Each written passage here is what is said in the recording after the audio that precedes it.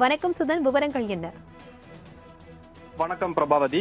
ஏற்காடு மலைப்பாதையில் நேற்று மாலை தனியார் பேருந்து பள்ளத்தில் கவிழ்ந்து விபத்துக்குள்ளானதில் 5 பேர் பரிதாபமாக உயிரிழந்தனர். மேலும் இந்த விபத்தில் சிக்கி படுகாயமடைந்த 65 பேர் தற்போது சேலம் அரசு மருத்துவமனையில் சிகிச்சை பெற்று வருகின்றனர். இதனிடையே விபத்து ஏற்படுத்திய ஓட்டுநர் மீது ஏற்காடு காவல் நிலைய போலீசார் 5 பிரிவுகளின் கீழ் வழக்கு பதிவு செய்து அவரது ஓட்டுநர் உரிமத்தை ரத்து செய்வதற்காக போக்குவரத்து துறைக்கு பரிந்துரை செய்திருக்கிறார்கள். அதன் பேரில் போக்குவரத்து துறையினர் நடவடிக்கை எடுத்திருக்கிறார்கள்.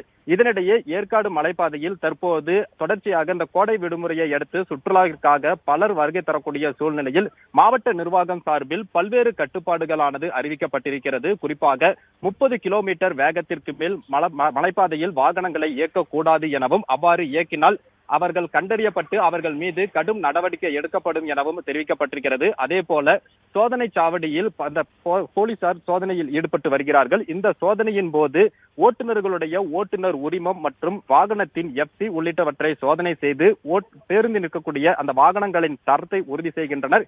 அதன் பிறகு ஓட்டுநர்கள் மலைப்பாதைகளில் ஏற்கனவே வாகனங்களை இயக்கி முன் அனுபவம் பெற்றவர்களா என்பது குறித்தான விவரங்களை சேகரித்து அதனை தனி பதிவேட்டில் பதிவு செய்துவிட்டு அதன் பின்னரே வாகனங்கள் மேலே செல்ல அனுமதிக்கப்பட்டு வருகிறார்கள்.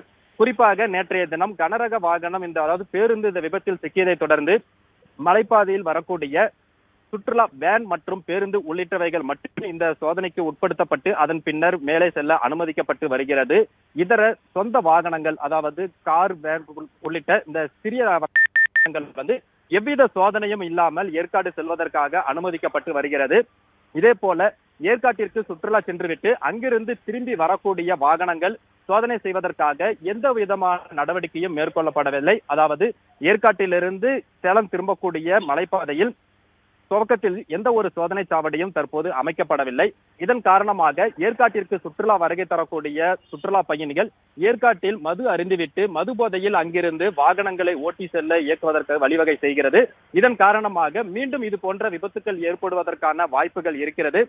எனவே அதிகாரிகள் முழுமையான பணியில் ஈடுபடுத்தப்பட்டு இதை முழுமையாக கண்காணிக்க வேண்டும் என இந்த பகுதி மக்களுடைய ஒரு எதிர்பார்ப்பாக இருந்து வருது. அதே போல மாவட்ட ஆட்சியர் விபத்துக்கள் ஏதும் ஏற்படாமல் தவிர்ப்பதற்காக பல்வேறு கட்டுப்பாடுகளை விதித்திருந்தாலும் கூட அதை முழுமையா செயல்படுத்துவதற்கான பணியாளர்கள் இங்க முழுமையா நியமிக்கப்படல. குறிப்பா இந்த சோதனை சாவடி பகுதியில் 2 கான்ஸ்டபிள் மட்டுமே இந்த சோதனை பணியில ஈடுபட்டு வந்துட்டு இருக்காங்க. போக்குவரத்து அலுவலர்கள் யாருமே இந்த பணியில ஈடுபடுத்தப்படல. போக்குவரத்து அலுவலர்கள் இருந்தால்தான் அவங்க அந்த வாகனத்துடைய சோதனையாவது வாகனத்துடைய தன்மை சரியா இருக்கா அப்படிங்கிறத பரிசோதிக்க முடியும். இது குறித்து நம்ம செய்தி சேகரிக்க வந்த போது இங்க இருந்த காவலர்களோட நம்ம கேட்டதை தொடர்ந்து அவர்கள் அளித்த தகவலின் பேர்ல தற்போது ஒரு 2 பேர் கொண்ட குழுவினர் இந்த பகுதிக்கு வந்திருக்காங்க. ஆனா முழுமையாக இனி வரும் நாட்கள்ல இது போன்ற விபத்துக்கள் ஏற்படாமல் இருக்கணும், உயிரிழப்பு ஏற்படாமல் இருக்கணும் அப்படின்னா ஆட்சியர் அறிவித்திருக்கக்கூடிய அந்த கட்டுப்பாடுகளை அலுவலர்கள் அனைவரும் முழுமையாக கடைபிடித்தால் மட்டுமே இதை தவிர்க்க முடியுங்கிறது இந்த பகுதி மக்களுடைய ஒரு எதிர்பார்ப்பா இருக்கிறது. பிரபாவதி, தகவல்களுக்கு நன்றி சுதன்.